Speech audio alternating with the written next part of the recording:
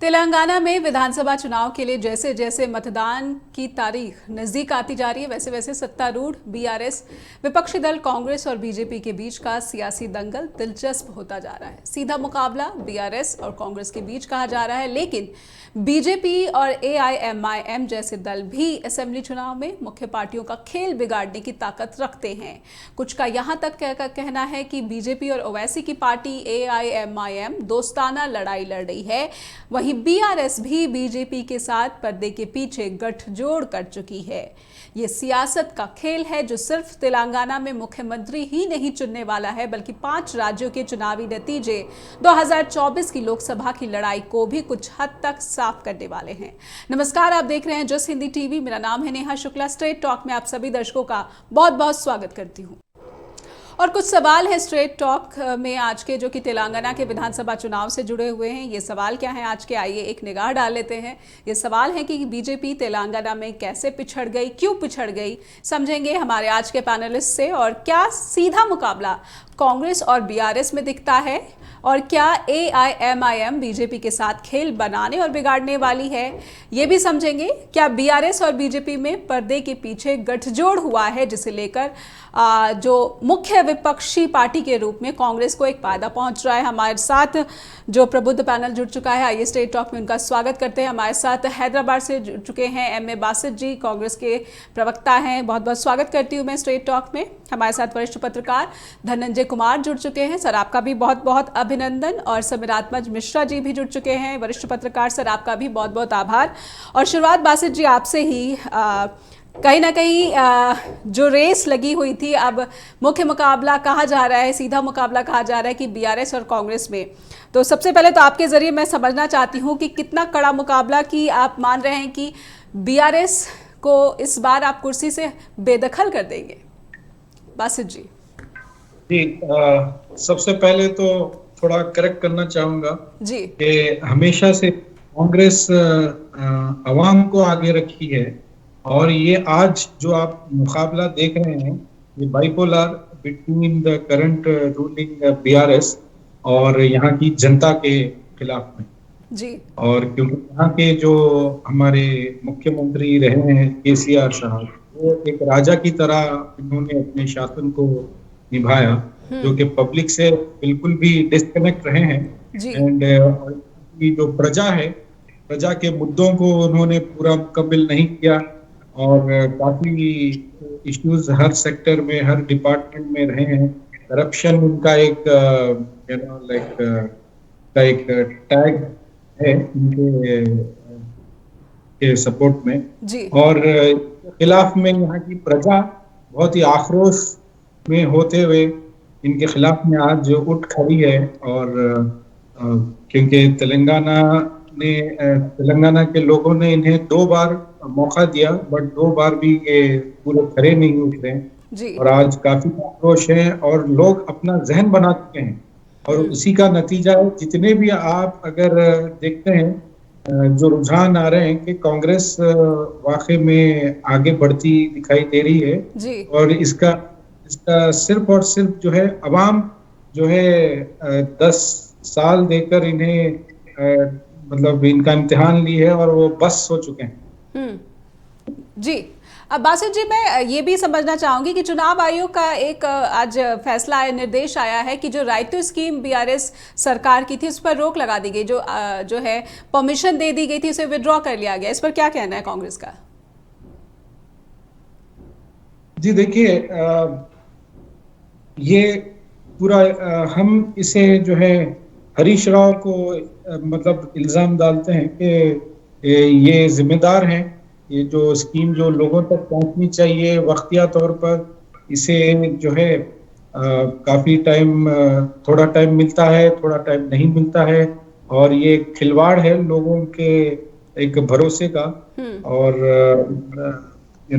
उसी को मद्देनजर रखते हुए इलेक्शन कमीशन ने भी मतलब ये सही फैसला आखिर उसमें लिया है। वरना ये होता है कि जैसा आप देखते हैं जस्ट बिफोर वोटिंग जो दिन होते हैं वो सबसे महत्वपूर्ण है, इसे माना जाता है जी। और और ये मौके पर इन लोग ने ये भी कोशिश कर ली कि जो है लोग को जो है ना कुछ पैसों के पैसों से जो है ना इन्फ्लुएंस किया गया, करने की कोशिश की गई। बट वो इलेक्शन कमीशन का हम जो है इसका इस्तेमाल करते हैं और इसको वेलकम करते हैं जी जी। तो कहीं ना कहीं इलेक्शन कमीशन की तारीफ कांग्रेस कर रही है। धनंजय सर, आप किस तरह से देख रहे हैं ये जो बीजेपी पिछड़ गई और कांग्रेस का है कि शुरुआत से ही हम ही मुख्य विपक्षी दल हैं, आप इस दावे से कितने सहमत हैं?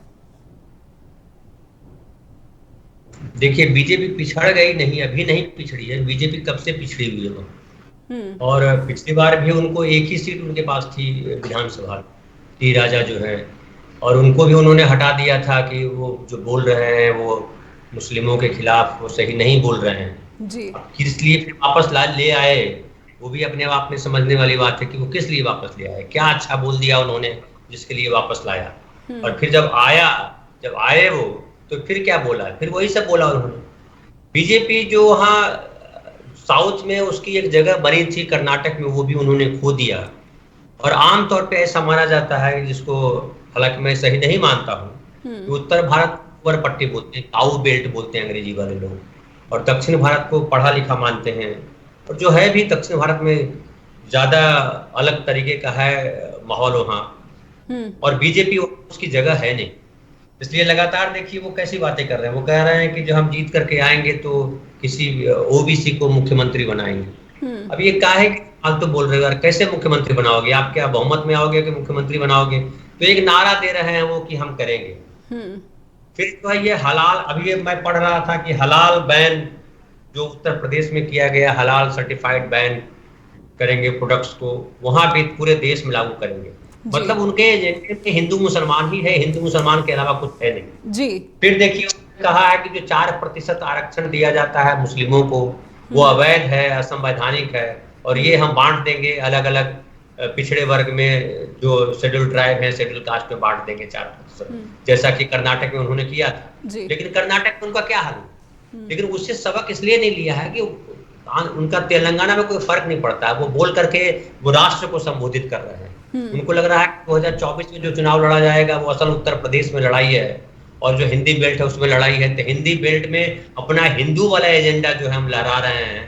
हालांकि देखिए कि हिंदू वाला एजेंडा किनारे हो गया, साइड ट्रैक हो गया है। जिस तरह से राहुल गांधी ने और जिस तरह से कांग्रेस के छत्तीसगढ़ में मुख्यमंत्री हो या राजस्थान में मुख्यमंत्री हो, उन लोगों ने जो लागू किया है, वो चाहे शिक्षा की बात हो या रोजगार की बात हो या हेल्थ की बात हो, तमाम जगहों पे उन्होंने एकदम जो जनता से सीधे जुड़े हुए मुद्दे हैं, जो सरकार के लिए जरूरी काम है, उन सरकार के कामों को फ्रंट पे ला दिया है, उनको मुख्य धारा में ला दिया। और बीजेपी की मजबूरी है, वो भी बात कर रही है कि हम किसानों को ये देंगे, हम लड़कियों को वो देंगे, हम फला करेंगे, उनको आना पड़ा उसको। तो मुझे लग रहा है बीजेपी केवल तेलंगाना में नहीं पिछड़ रही है, बीजेपी पिछड़ गई है कई फ्रंट पे। और राहुल गांधी का जो, वो राहुल गांधी के लिए एक शब्द बोलते थे, वो भी अब उनके लिए दूसरा शब्द आ गया और ज्यादा लोकप्रिय हो गया बिना पैसा खर्च किए हुए, तो वो भी बड़ा नुकसान करने वाला है। और नुकसान ये भी करने वाला है कि जो 3 दिसंबर को चुनाव में जो फैसला आएगा मध्य प्रदेश, राजस्थान और छत्तीसगढ़ का, वो अपने आप में बड़ा महत्वपूर्ण होगा जी। और उत्तर प्रदेश जो रणभूमि बनने वाली है 2024 में, अभी लड़ाई और महत्वपूर्ण होने वाली है। अभी हिंदू मुसलमान ही इनके पास एजेंडा है, बाकी कोई एजेंडा इनके पास बचा नहीं। न भ्रष्टाचार की बात है, न काले धन की बात है, न तीसरी इकोनॉमी बनाने की बात है, पता नहीं कितनी बातें करते थे, उसमें से कोई मायने नहीं रखता। अब इनके लिए एक मुद्दा है हिंदू मुसलमान, और हिंदू मुसलमान से देश के लोग तंग आ गए। मिश्र भी जुड़े हुए हैं, आइए उनसे बातचीत आगे बढ़ाते हैं। सर, मैं आपसे समझना चाहूँगी कि भ्रष्टाचार को लेकर जो बात बासित जी ने भी कही, धनंजय सर ने भी कही, भ्रष्टाचार को लेकर क्या आपको लगता है जो आरोप बीजेपी और बीआरएस पर लग रहे हैं, इसका कितना असर जो है होता दिख रहा है और कांग्रेस को कितना फायदा? और एक सवाल मैं आपसे ये भी समझना चाहूँगी कि क्या ऐसा होता है कि आप विधानसभा के चुनाव में जो है जनता बिल्कुल ही अलग पैटर्न पर जो है वोट कर दे और लोकसभा के लिए बिल्कुल अलग ही पैटर्न पर जो है वोट कर ले, वो भी खास करके तब जब महीने बहुत कम हो जाते हैं? समीरात मिश्र जी, पहले सवाल पे अगर हम आए तो भ्रष्टाचार और बाकी सारी चीजें हैं, तो निश्चित तौर पर जब किसी चीज को लोग समझने लगते हैं। देखिए, भ्रष्टाचार अपनी जगह है कि एक तो ये है कि विरोधी पार्टी उसका आरोप लगा रही है और एक है कि लोग खुद महसूस कर रहे हैं। जी। तो शुरुआत में जो ये चर्चा हुई कि पहले जो है वो बीजेपी और बीआरएस के साथ लड़ाई थी और अब कांग्रेस को, मैं जहां तक मैं शुरू से ही देख रहा हूं कि तेलंगाना में लड़ाई शुरुआत से ही दिखाई पड़ रही है कि ये 1-to-1 फाइट है बीआरएस और कांग्रेस के बीच में। बीजेपी की प्रेजेंस है, यद्यपि वो हैदराबाद में जब उसके म्युनिसिपैलिटी के इलेक्शंस थे, बड़ी मेहनत की गई थी, उसमें परिणाम भी मिले थे, वो एक अलग मुद्दा है। लेकिन जहां तक विधानसभा चुनाव को और इस बार देख रहे हैं, इवन पिछली बार के विधानसभा चुनाव में भी मुख्य प्रतिद्वंदी जो थी वो कांग्रेस पार्टी ही थी। पिछली बार भी भारतीय जनता पार्टी ने इसी तरीके से, इसी शोर शराबे के साथ वहां कैंपेनिंग की थी। तो मुख्य लड़ाई तो कांग्रेस और बीआरएस के बीच में शुरू से ही दिखाई पड़ रही है। दूसरी बात, जो भ्रष्टाचार की चीजें हैं, तो जब पब्लिक उस चीज को समझने लगती, आरोप, विरोधी पार्टियों का आरोप लगाना और बाकी सारी चीजें, डेटा ले आना, तमाम तरीके के आरोप लगा देना, वो अलग चीज है, लेकिन एक पब्लिक परसेप्शन भी बनने लगता है। तेलंगाना के तमाम अलग अलग जगहों से बहुत सारे लोगों से हमारी भी बात हुई या जो हम लोग रिपोर्ट्स देख रहे हैं, तो निश्चित तौर पर यह मुद्दा वहां पर इस बार ठीक ठाक तरीके से लोगों के बीच में फैला हुआ है। और एक तो ये है, दूसरे परिवारवाद की बात सबको पता है कि मतलब एक बार एक समय में हम लोग इसको उत्तर प्रदेश में चर्चा करते थे, समाजवादी पार्टी में किस तरीके से परिवारवाद हावी है, कि परिवार के बहुत सारे लोग हैं। यहाँ पर तो तेलंगाना उससे भी बड़ा उदाहरण बन गया लोगों के सामने जी। और ये कि इन चीजों को लेकर के कि वहां सरकार के खिलाफ एक ठीक ठाक माहौल है, अच्छा खासा माहौल है, यद्यपि सरकार की जो तमाम योजनाएं हैं, जो एक वेलफेयर स्कीम्स है, और स्पेशली ये जो रायतु बंधु योजना, जिसको अभी इलेक्शन कमीशन ने पहले तो उसको अलाउ कर दिया और उसके बाद फिर उसको वापस भी ले लिया, तो इन सारी योजनाओं का भी वहां पर प्रभाव है जिसको हम इग्नोर नहीं कर सकते। और दूसरी अब एक चीज, एक आपका सवाल तो ये है कि उसको सेंटर में, मैंने लोकसभा और विधानसभा में किस तरह से वोटिंग का पैटर्न होता है। एक बात यहाँ इलेक्शन कमीशन की भूमिका की भी चर्चा हम जरूर करना चाहेंगे कि पहली बात तो उसी स्टेट में इलेक्शन हो रहा है और उसी स्टेट में डायरेक्ट अकाउंट में पैसा डालने जैसी कोई स्कीम को आप अलाउ कर रहे हैं, तो मुझे तो बड़ी हैरानी होती है कि क्या सोच करके इलेक्शन कमीशन ने उसको अलाउ किया था चुनाव से 2-4-6 दिन पहले, और अब उसको रोल बैक कर लिया है, तो ये अच्छी बात है, उसको कर लिया है। लेकिन इलेक्शन कमीशन की इस तरह की जो तमाम भूमिकाएं हैं, उसको लेकर के ऐसे सवाल उठ रहे हैं, और ये पहली बार नहीं हो रहा है, लगातार इलेक्शन कमीशन के, कि वो अपनी जो उसकी डिग्निटी है उसको खत्म कर रहे हैं, कमजोर कर रहे हैं। बिल्कुल वो एक कई सारे ऐसे उदाहरण हैं, वो चाहे राहुल गांधी के खिलाफ जो है वो नोटिस भेजने का मामला हो, चाहे कुछ हो, और सत्तारूढ़ पार्टी के खिलाफ कुछ भी ना कर देना, तो बहुत सारी चीजें हैं जिस पर इलेक्शन कमीशन को विचार करना चाहिए कि वो क्या कर रहे हैं। दूसरी बात जो आपने कहा कि ये वोटिंग पैटर्न बिल्कुल अलग होता है, हम ये मानते हैं, और कई जगहों पे देखा गया, खासतौर पे 2019 के लोकसभा चुनाव में, कि जिन स्टेट्स में बिल्कुल लैंडस्लाइड विक्ट्री कांग्रेस को मिली थी, वहां उसको लोकसभा में सीटें बिल्कुल नहीं मिली। पहले भी ऐसा होता रहा है, ये कोई पहली बार नहीं हुआ है। लेकिन एक चीज ये भी है कि आप इसको एक सेट पैटर्न भी नहीं कह सकते कि लोकसभा में आदमी इसको देगा और विधानसभा में इसको देगा और हमेशा ऐसा होगा, ऐसा नहीं हो सकता है जी। दूसरी बात ये कि अगर ये जो आरोप लगते हैं कि बीआरएस और बीजेपी का, जैसा कि अगर हम इसी तेलंगाना की बात कर रहे हैं, तो अगर हम उसी उसमें रहते हैं, आरोप लग रहा है कि वो एक साथ काम कर रहे हैं, मिल करके कर रहे हैं, और ऐसा इसलिए कर रहे हैं कि विधानसभा में उनको फायदा हो जाए, बीआरएस को फायदा हो जाए, और लोकसभा में वो बीजेपी को फायदा हो जाए। तो मुझको नहीं लगता है कि इस तरीके के गठजोड़ को पब्लिक भी इन्हीं के हिसाब से समझेगी। उसका अपना परसेप्शन है, उसको किसको वोट देना है वो तय करती है। ये अलग बात है कि उसके लिए मुद्दे लोकसभा में अलग होते हैं, विधानसभा में अलग होते हैं, वहां कुछ और सोच होती है, वहां नेशनल पार्टीज को लेकर के चलता है, नेशनल पार्टी का अलायंस को लेकर के वहां एक वोटिंग का पैटर्न तय होता है। लेकिन ये जरूरी नहीं है कि अगर कोई अघोषित गठबंधन है और वो अघोषित गठबंधन इस तरीके का है कि उनको ये लगेगा कि ऐसा करके हम एक पार्टी जो है वो क्षेत्रीय पार्टी विधानसभा जीत लेगी और रूल जो केंद्रीय पार्टी है वो लोकसभा जीत लेगी, तो वोटर्स को इतना मूर्ख समझना बहुत बड़ी गलती होती है और ऐसा होता भी नहीं। हाँ, लेकिन ये है कि उसके वोटिंग के समय में ये तय होगा। दूसरे, अभी जो धनंजय जी बात कर रहे थे कि आपके पास एजेंडा क्या है वो भी दिखाई पड़ता है, वो भी तय करता है। पिछले 10 साल में कई जगहों पर, जो बहुत सारी जगहों पे स्टेट्स में भी बीजेपी ने चुनाव जीता, केंद्र में तो 2 बार उसकी पूर्ण बहुमत की सरकार बनी ही। निश्चित तौर पर उसके पास उस समय एजेंडे थे, उसके पास कहने के लिए बातें थी। आपने 70 साल में क्या किया, ये एक फ्रेज बन गया, एक मुहावरा बन गया, लेकिन वास्तव में उसका अधिकार था कि वो पूछे, क्योंकि इस दौरान बहुत सारी जगहों पे और स्पेशली अगर हम केंद्र की बात करें तो वहां कांग्रेस पार्टी की सरकार रही। लेकिन अब 10 साल के बाद अगर आप अपनी उपलब्धियों की बजाय और अभी भी आप विपक्षी पार्टियों से सवाल पूछते रहेंगे तो पब्लिक भी तो आपसे सवाल पूछेगी, भाई ठीक है, उनको तो हमने बहुत खराब थे, बहुत बुरे थे, हमने हटा दिया, और 2-2 बार हटाया, 3-3 बार, कई राज्यों में 3-3, 4-4 बार आपको हमने जिताया। लेकिन अब क्या, जैसा कि हमने राजस्थान में, मध्य प्रदेश में, छत्तीसगढ़ में देखा, यहां तक कि तेलंगाना में तो उनकी नई सरकार रही है, लेकिन जहां लगातार सरकारें रही वहां आपके पास अपनी उपलब्धियों की बजाय दूसरों की कमियां ही गिनाने के लिए मौका था। और उससे भी ज्यादा महत्वपूर्ण बात, हमेशा पार्टी के कितने भी बड़े नेता रहे हो, इंक्लूडिंग प्रधानमंत्री मोदी, आप हमेशा ये शो करते हैं कि आपके पास जो सबसे बड़ा एजेंडा है वो एकमात्र एजेंडा यही है, क्या हिंदुत्व खतरे में है अगर हम नहीं रहेंगे जी।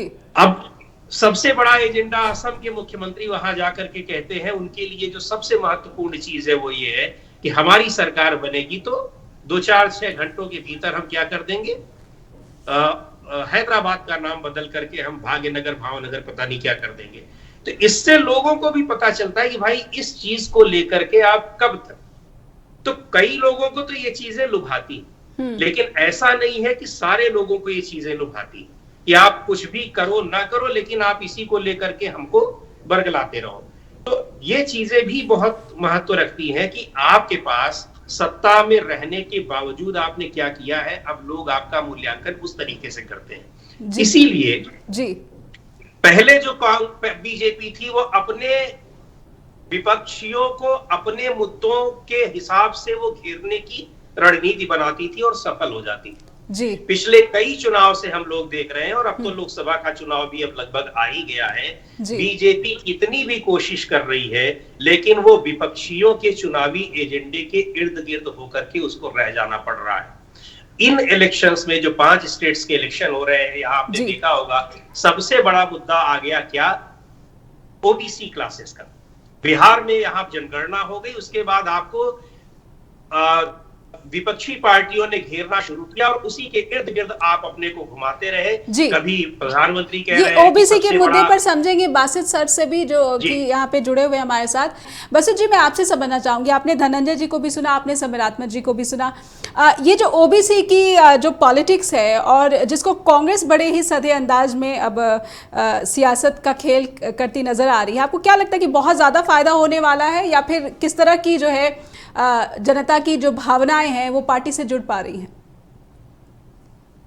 देखिए, राहुल जी ने कई मीटिंग्स में ये ऑलरेडी कह चुके हैं, और तेलंगाना में भी उन्होंने कहा है कि हम ये कास्ट सेंसस करवाएंगे, जैसा हमारी सरकारें आती हैं तो ये हमारे उसमें टॉप एजेंडा बन चुका है।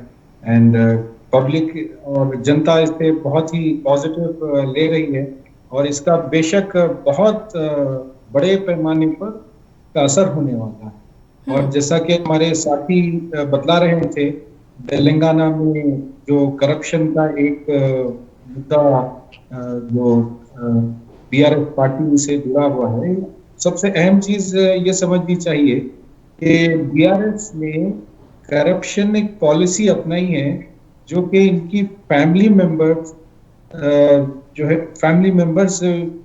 जो है एक दूसरे से जो है ना शेयरिंग के तौर पर इस पॉलिसी को एग्जीक्यूट किए हैं। अगर आप गौर किए, इनके केसीआर के बेटे केटीआर जो हैदराबाद संभालते हैं, तो हैदराबाद का करप्शन बेटे के नाम पर है। जितना भी करप्शन सिटी लेवल पर हैदराबाद में हो रहा है वो केटीआर संभाल रहे हैं, और स्टेट लेवल का जो करप्शन हो रहा है वो चीफ मिनिस्टर खुद केसीआर वो संभाल रहे हैं। और जो इंडिया का जो करप्शन लेवल है वो अपनी बेटी को जो है ना उससे नॉमिनेट किया गया है, जो कि अगर आप लिकर स्कैम में जो उनका नाम आया है और जो ईडी उनसे पूछताछ करना चाह रही थी, और जो उन्हें आज की तारीख में वो बिहाइंड द बार्स रहने का वो नहीं है, उसकी वजह यही है कि इनमें एक साठगांठ हो चुका है बीजेपी और बीआरएस में,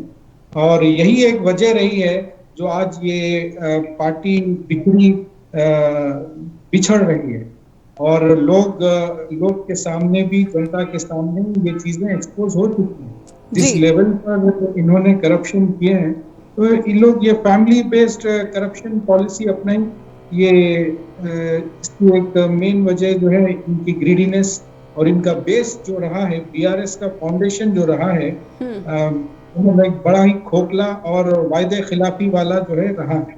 जैसा कि अगर आप कांग्रेस का अगर हमारा जो बेस देखते हैं, हमारा संघर्ष से, अहिंसा, सत्याग्रह, शहादतों से की बुनियाद पर जो है कांग्रेस का एक बेस बना था। बट ये पार्टी का जो रीजनल पार्टी कहलाती है, उनका बेस एक धोखेबाजी से और लालच भरा और पब्लिक को गुमराह करने, ये इनके जो है एक नींव जो है केसीआर ने 10 साल पहले डाली थी। जी बासित जी, यानी अगर मैं आपसे ये कहूँ कि कविता के खिलाफ ईडी ने जो भी नरम रुख अपनाया, जो भी आरोप लग रहे हैं, और बीजेपी ने जिस तरह से संजय बंदी को जो है वहाँ से हटाकर केंद्र में ला दिया और केंद्रीय मंत्री को यहाँ पर जो है कमान सौंप दी, तो एक जो ग्राउंड बीजेपी अपने लिए तैयार कर रही थी और वहाँ पर कड़ा मुकाबला देने के लिए, वो ग्राउंड बीजेपी ने छोड़ा, और ये जानते हुए कि कांग्रेस को इसका फायदा मिल जाएगा, क्योंकि जितने भी विश्लेषक हैं वो यही कह रहे हैं कि एंटी केसीआर लहर है, एंटी बीआरएस लहर है, तो इस लहर का फायदा कांग्रेस को मिल जाना बिल्कुल स्वाभाविक था। तो आपको एक ऐसा गेम प्लान जिसमें कि सब कुछ पहले से ही डिसाइडेड था, वो संजय बंदी के हटते ही या फिर जो भी कविता को लेकर जो भी ईडी का रुख रहा है, ये सारा का सारा फायदा, ना कि ये प्रो कांग्रेस कोई लहर दिख रही है।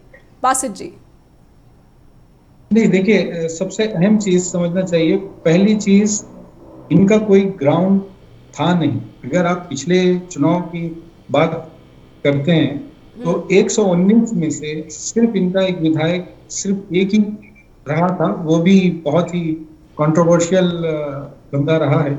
और रही बात आप प्रो कांग्रेस अगर आप कह रहे हैं, देखिए, भारत जोड़ो यात्रा न सिर्फ तेलंगाना में बल्कि सारे हिंदुस्तान में अपना बीज जो बोए हैं, और जो राहुल जी की पदयात्राएं जो अपना काम करी हैं, जो एक मुकाम हासिल की हैं, वो एक मेन वजह रही है। जो भारत जोड़ो यात्रा मोर देन 2 वीक्स तेलंगाना से गुजरती है, और वहीं से ये चीजें शुरू होती हैं कि हमारे कैडर में, हमारे कार्यकर्ताओं में जो है काफी उत्साह देखा गया और लोग जुड़ते चले गए, और न सिर्फ कांग्रेसी बल्कि नॉन कांग्रेसीज और अदर पार्टीज और पूरी जनता जो है इसका समर्थन और इसको एक्सेप्टेंस काफी अच्छे लेवल पर दी है। और ये एक मेन कारण होता है कि लोग का रुझान जो है कांग्रेस की तरफ पलटा। Bharat Jodo Yatra was the main reason, and उसके बाद में कांग्रेस ने एक मतलब नेशनल लेवल पर हाथ पे हाथ जोड़ो अभियान शुरू किया। 2 महीने का प्रोग्राम था, बट तेलंगाना कांग्रेस की तरफ से ये अभियान सिर्फ 2 महीने के लिए सीमित ना रहकर हर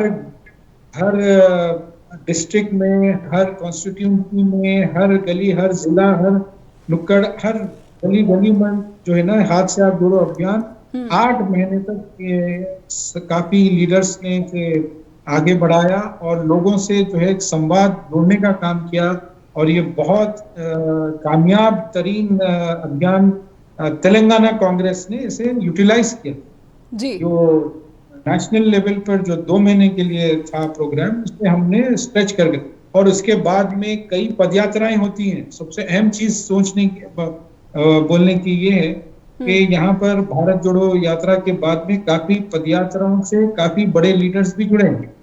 हमारे सीएलपी लीडर भट्टी विक्रमार्का जी 1300-1400 किलोमीटर की पदयात्रा करे हैं और वैसे कई सीनियर लीडर्स भी हैं, रेवंत रेड्डी जी भी हैं, उन्होंने भी यात्राएं वगैरह बहुत काफी अच्छे अंदाज में की है।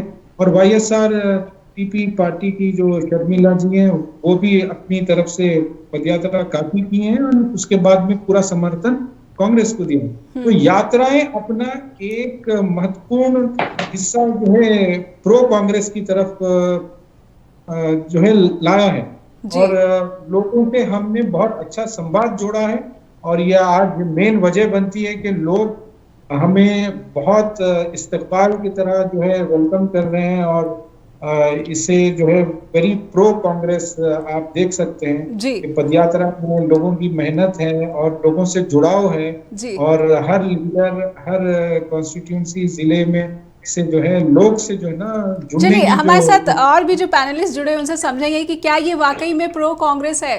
धनंजय सर, मैं आपसे समझना चाहूँगी, जिस बात का दावा बासु जी कर रहे हैं आप कितना इत्तेफाक रखते हैं? ज़्यादातर तो विश्लेषक और राजनीतिक पंडित यही कह रहे कि ये एंटी केसीआर लहर है, आप इसे कितना प्रो कांग्रेस मान रहे हैं? और सबसे बड़ी बात कि एक और जो दक्षिण राज्य है जहाँ पर बीजेपी ने ये दावा कर रही थी लंबे समय से कि उसको एक बहुत मजबूत आधार मिल रहा है या बनाने की कोशिश कर रही है, वो छिन गया। दक्षिण भारत के जो दरवाजे हैं जनता बीजेपी को नकार रही है।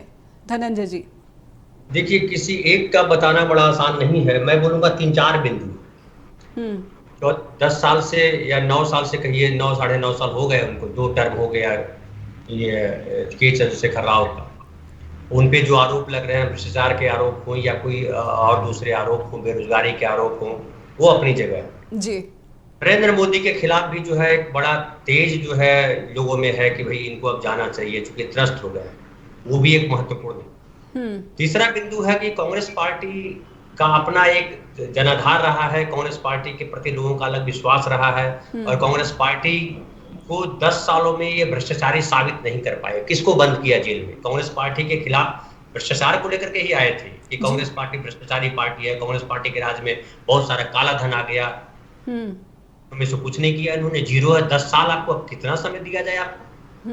तीसरी बात जो महत्वपूर्ण मुझे लगती है कि राहुल गांधी ने कांग्रेस पार्टी में एक जो लीडरशिप पर, सोनिया गांधी के बाद एक लीडरशिप का जो अभाव दिख रहा था और एक असंतुष्ट गुट खड़ा हो गया था और एक भ्रम की स्थिति थी, जिससे गुलाम नबी आजाद जिस तरह से बाहर निकले वैसे ही लोग जो है लीडर के तौर पे दिखाई पड़ते थे।